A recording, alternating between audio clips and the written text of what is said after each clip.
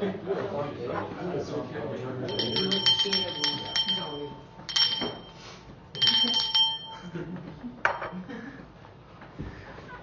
everyone, welcome to the Way Life Big Book Study. My name is Dave and I am a recovered alcoholic. And my name is Blythe and I'm also a recovered alcoholic. I would like us to please stand for a moment of silence, followed by the Serenity Prayer.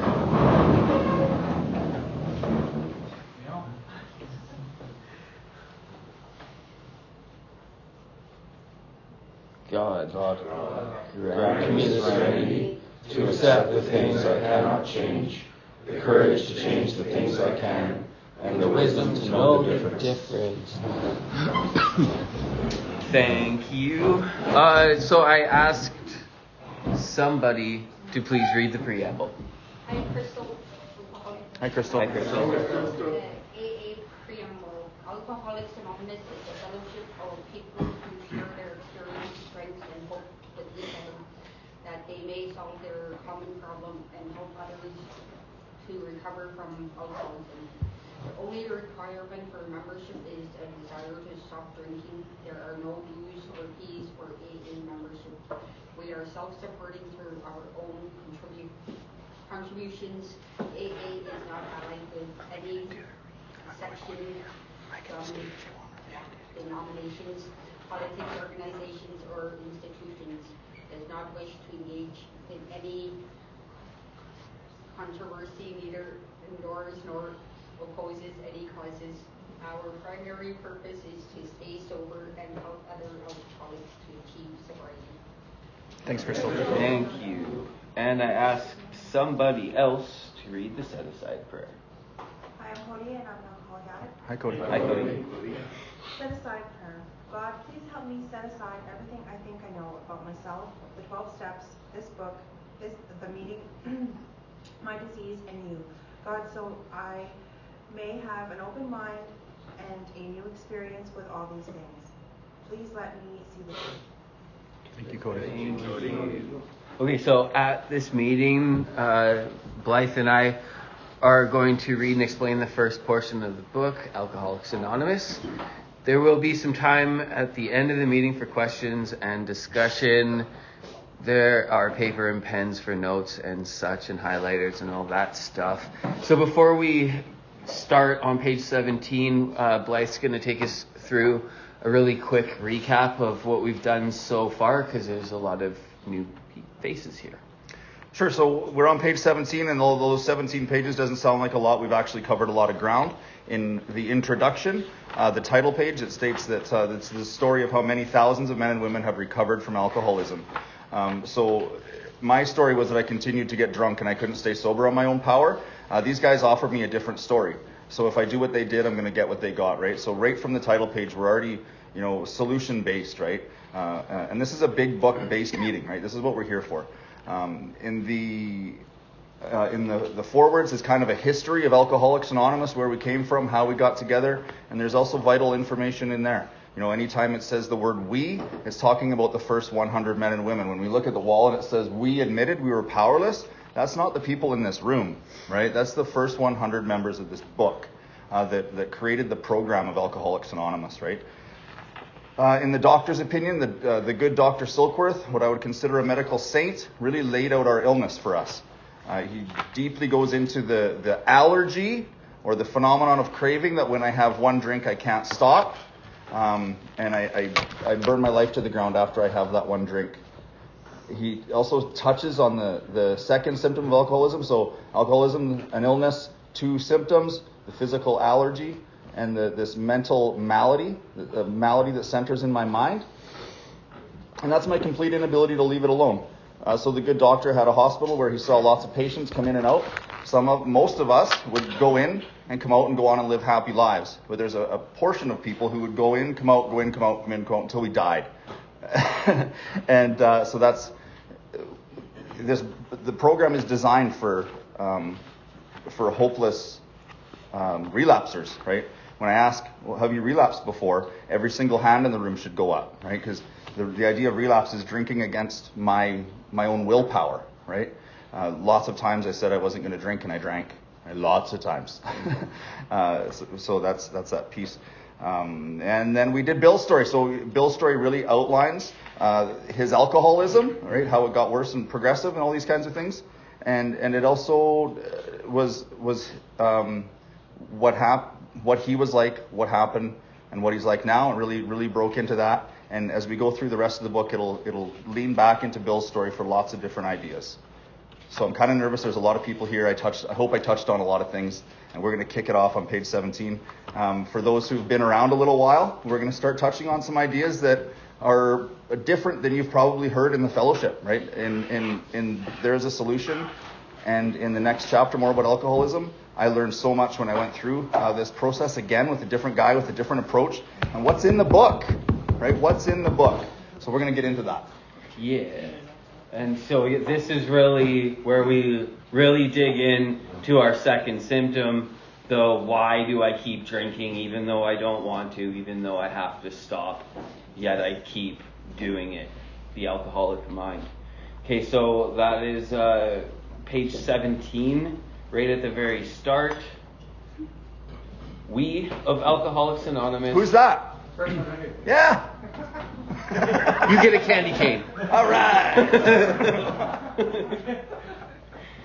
Know thousands of men and women who were once just as hopeless as Bill. So why was Bill hopeless?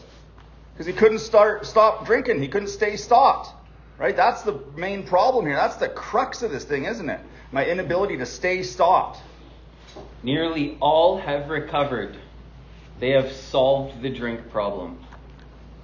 We are average Americans, all sections of this country, and many of its occupations are represented, as well as many political, economic, social, and religious backgrounds. We are people who normally would not mix, but there exists among us a fellowship, a friendliness, and an understanding which is indescribably wonderful. So previously in the preface, we already started to separate the difference between the fellowship and the program, and here we're going to do it more. It's not the same thing, right? The fellowship is the people in the fellowship, and the program is in here. We are like the passengers of a great liner the moment after rescue from shipwreck, when camaraderie, joyousness, and democracy pervade the vessel from steerage to captain's table.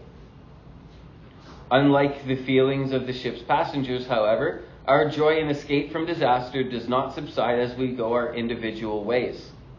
The feeling of having shared in a common peril is one element in the powerful cement which binds us. But that in itself would never have held us together as we are now joined. Right? So the feeling of having shared in a common peril, right? Alcoholism. I wasn't doing good. And none of us were. And we come together in that, right? But we don't separate as we go our separate ways. We stick together. That's one element in the powerful cement which binds us. The fellowship is only one part of this thing. Yeah, and like the alcoholism that we all share is something that binds us all together. It's like the great leveler, like what they talk about here, this from steerage to captain's table, like the poor people to the rich people. Alcohol doesn't care if you're rich, poor, or otherwise, right? It's something that we all share. Yeah, when you're poor or you're rich, it doesn't matter if that ship's sinking, you're all the same when you hit the water, right? Yeah. The tremendous fact for every one of us is that we have discovered a common solution. To what? Alcoholism. Yeah, man! We have a way out on which we can absolutely agree and upon which we can join in brotherly and harmonious action. This is the great news this book carries to those who suffer from alcoholism. So this book is not the solution, it's the vehicle to the solution, okay? An illness of this sort, and we have come to believe it an illness, involves those about us in a way no other human sickness can. If a person has cancer, all are sorry for him and no one is angry or hurt. But not so with the alcoholic illness. For with it goes annihilation of all things worthwhile in life. It engulfs all whose lives touch the sufferers. It brings misunderstanding, fierce resentment, financial insecurity, disgusted friends and employers, warped lives of blameless children, sad wives and parents. Anyone can increase the list. We hope this volume will inform and comfort those who are or who may be affected. There are many highly competent... Oh, hold on. So the The purpose of this book is to show people how to recover from, how they recovered from alcoholism and to show us. But there's also an underlying thing where it's about bringing awareness about alcoholism and the solution to the public, right? We hope this volume will inform those who are or who may be affected, right? Highly competent psychiatrists who have dealt with us have found it sometimes impossible to persuade an alcoholic to discuss the situation without reserve. You ever lie to a doctor or a psychiatrist? No. Maybe. How much do you drink in a week? Good. Shit. How much do normal people drink in a week? I'll say that. Strangely enough, wives, parents, and intimate friends usually find us even more unapproachable than do the psychiatrist or the doctor. Right? And I would make up excuses and lie to my partner all the time. Italics coming up. But the ex-problem drinker who has found this solution, who is properly armed with facts about himself, can generally win the entire confidence of another alcoholic in a few hours. Until such an understanding is reached, little or nothing can be accomplished. So important that it says the ex-problem drinker who has found this solution, right? This is the message that we get to carry to the new person who's dying coming in the door, that we have a solution in the way out, that we can guide people through this process and literally be part of saving their lives, right? And it's really cool that we don't have to lie to each other and come up with bullshit excuses, right? We've felt the same things, we've been to the same places, done the same things, and I don't drink anymore, and that's a miracle, and that's what I get to share with people, right? Oh, you mean we don't share about the traffic? No, we don't share about the traffic, the babysitting, any of that stuff. Oh, okay. I see. I was confused about that. Yeah. That the man who is making the approach has had the same difficulty, that he obviously knows what he is talking about, that his whole deportment shouts at the new prospect that he is a man with a real answer, that he has no attitude of holier than thou, nothing whatever except a sincere desire to be helpful, that there are no fees to pay, no axes to grind, no people to please, no lectures to be endured. These are the conditions we have found most effective. After such an approach, many take up their beds and walk again.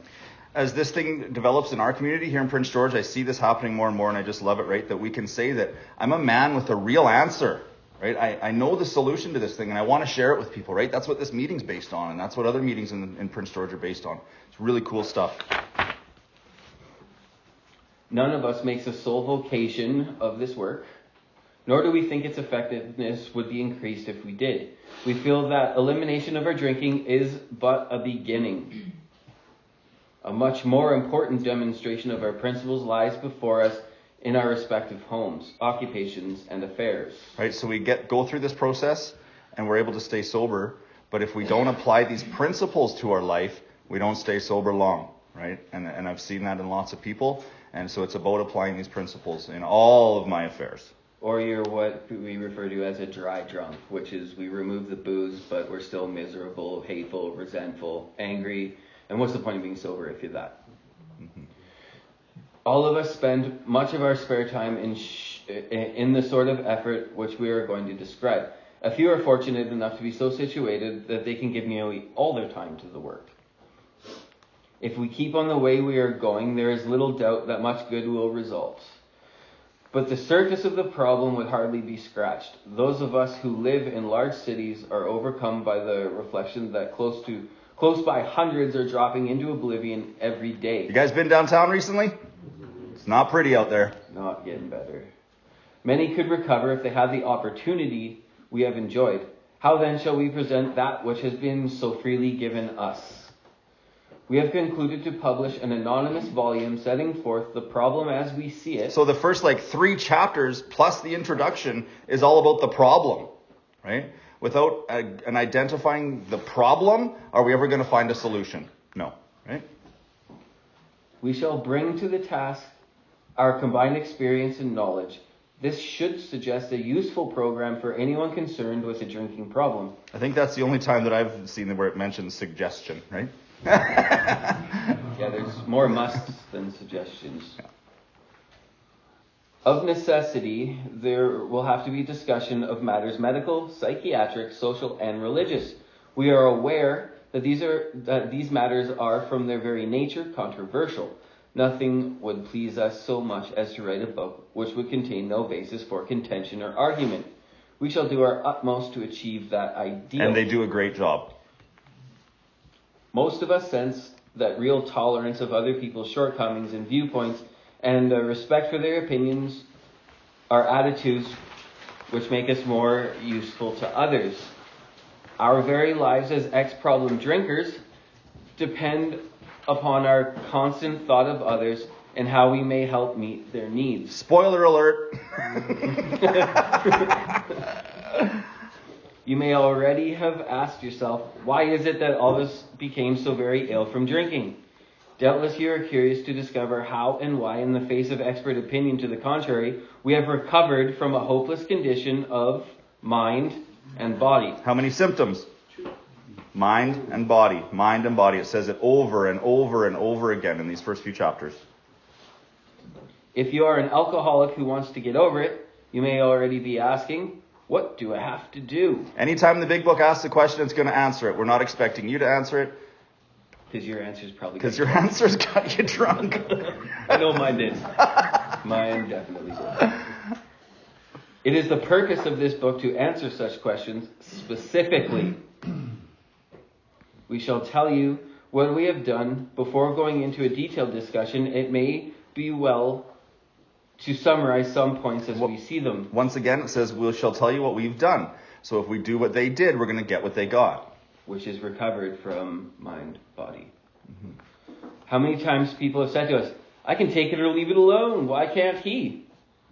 Why don't you drink like a gentleman or quit? That fellow can't handle his liquor. Why don't you try beer and wine? Lay off the hard stuff, man. Jesus. His willpower must be weak. He could stop if he wanted to. Oh, she's such a sweet girl. I should think he'd stop for her sake. The doctor told him if he ever drank again, it'd kill him. But there he is, all lit up again. Now, these are commonplace observations on drinkers, which we hear all the time. Back of them is a world of ignorance and misunderstanding. We see that these expressions refer to people whose reactions are very different from ours. We see that these expressions refer to people whose reactions to alcohol are very different than ours. Right? Why doesn't he just lay off the hard stuff?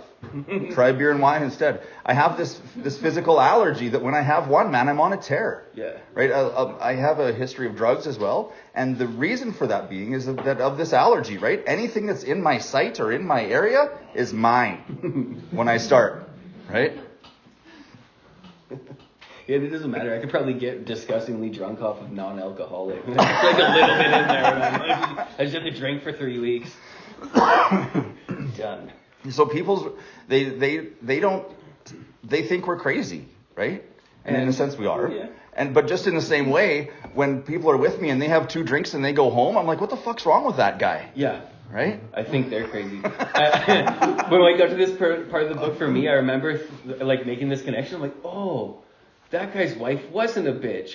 He just wanted to go home. I really, really believed that. I was like, that poor guy, his wife must be a cow, right? He's got to go home. No, he just wanted to go home. He wasn't like me, right? I just thought that was just so baffling, right? Okay, so this next part, this is where, when we're taking guys through the book, we ask them, this is who you need to identify. Which person are you in these next 3 examples? What are you? Are you a moderate drinker? Have little trouble in giving up liquor entirely? If you have good reason for it. Can you take it or leave it alone? Right? I can take it. But my history demonstrates that I have the complete inability to leave it alone when I want to. Right? That's not me. And I wrote in my book, nope, not me. Then we have a certain type of hard drinker. He may have the habit badly enough to gradually impair himself physically and mentally. It may cause him to die a few years before his time. Here it is. This is the big difference here. If a sufficiently strong reason, ill health, falling in love, change of environment, warning of a doctor, warning of a judge in my case, becomes operative, this man can also stop or moderate. Although we might find it difficult and troublesome and may even need medical attention like a detox or a treatment center. But that person is able to stop, right? I crash my car and I'm like, oh, that was bad. I could have killed someone. I'm not going to drink anymore. And I go to detox and I'm able to do that. Right? Is that My you? wife said she's going to leave me. I put the bottle down. Yeah. She's going to take my kids. I stopped drinking. Is that you? It's definitely not me. Car accidents, things like that, right? Been in a few, never stopped me. Right. So if a sufficiently strong reason, ask yourself, can you then stop? My friend Dave says that he could fill this room with sufficiently strong reasons to stop drinking, and it was never possible. No. Right? There are lots of these folks. They look a lot like us. Yeah. Right? They've drank like us, yeah. All that kind of thing. They But when just it don't comes quit down like to us. the wire, they can stop or moderate. Also, not me. Definitely not me. I have here. But what about me, the real alcoholic? He may start off as a moderate drinker. He may or may not become a continuous hard drinker. But at some stage of his drinking career, he begins to lose all control of his liquor consumption once he starts to drink. Here's a fellow who has been puzzling you, especially in this lack of control. Right? That's that physical allergy, lack of control. I can't control how much I am going to consume when I start. He does absurd, incredible, tragic things while drinking. He is a real Dr. Jekyll and Mr. Hyde. He is seldom mildly intoxicated. Also, that allergy piece, right? I have an abnormal reaction to alcohol. When I start, man, I'm going on a tear. I'm mildly intoxicated somewhere between like drink number 5 and drink number 7. And it's about 5 minutes, yeah. Yeah. He is always more or less insanely drunk. His disposition while drinking resembles his normal nature but little. He may be one of the finest fellows in the world, yet let him drink for a day and he frequently becomes disgustingly and even dangerously antisocial. He has a positive genius for getting tight at exactly the wrong moment. Right? That's that malady that centers in my mind, right? When it's my friend's, he's having his daughter's 3rd birthday party, and I show up with a bottle and some cocaine. Like, that doesn't make any sense, right? It's a subtle insanity that we talk about. Is that a true story? That's a true story, That's a true yeah, story. of course it is. Particularly when some important decision must be made or engagement kept. Right? I have a job interview, something like that, right? And I'm getting loaded the night before. Why would I do that, right? Because you got to celebrate, man. Got to celebrate. Yeah. Yeah. And that idea of celebration, like, that's all examples of this malady that centers in my mind. Plus, it'll give me a reason to drink tomorrow when I don't show up and get fired. He is often perfectly sensible and well-balanced concerning everything except liquor. Right? Bill was a successful businessman, right? Everything was great except for his inability to stop drinking. But in that respect, he is incredibly dishonest and selfish. He often possesses special abilities, skills, and aptitudes, and has a promising career ahead of him. He uses his gifts to build up a bright outlook for his family and himself, and then he pulls the structure down on his head by a senseless series of sprees. One of my favorite pieces right here, right? I could stay sober for weeks or months, and I would go to work and I would get a couple paychecks, and my girlfriend she was getting over the hurt feelings, and the holes in the walls were getting patched, right? But then I fall victim to this subtle insanity again, and I tear it all down, right? He is the fellow who goes to bed so intoxicated he ought to sleep the clock around. Yet early next morning he searches madly for the bottle he misplaced the night before. If he can afford it, he may have liquor concealed all over his house to be certain no one gets his entire supply away from him to throw down the waste pipe. As matters grow worse, he begins to use a combination of high-powered sedative and liquor to quiet his nerves so he can go to work. More of that allergy piece, right? Then comes the day when he simply cannot make it and gets drunk all over again. Perhaps he goes to a doctor who gives him morphine or some sedative, some safe supply with which to taper off. Then he begins to appear at hospitals and sanitariums. And that's my story. This is by no means a comprehensive picture of the true alcoholic, as our behavior patterns vary, but this description should identify him roughly. Right? So it's not so much about our behavior as it is just those two symptoms, right? When I can't stop permanently, and I have this allergy that I can't control how much I'm going to take. Right? It's not about sleeping under bridges. It's not about, being worse than the next drinker. It's those two symptoms. Can I stop on my own power? Can I control how much I'm going to consume? Why do you behave like that, Blythe? Because I'm an alcoholic. If hundreds of experiences have shown him that one drink means another debacle with all its attendant suffering and humiliation, why is it he takes that one drink? Remember, guys, the book, anytime it asks a question, it's going to answer it. Why can't he stay on the water wagon? What has become of the common sense and willpower that he still sometimes displays with respect to other matters?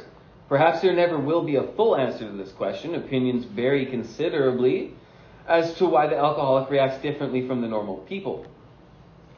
We are not sure why. Once a certain point is reached, little can be done for him. We cannot answer the riddle. We know that while the alcohol... So once a certain point is reached, this illness it's progressive, right? I hear people say that I was born with it, all that kind of thing. This malady that centers in my mind, I drank myself to that point. I drank myself to the point where I can't stop anymore. Did that to myself. I used to drink for the sense of ease and comfort, right? When I was younger, solved all my problems, right? But now it's a different deal. Causes all my problems. Causes all my problems.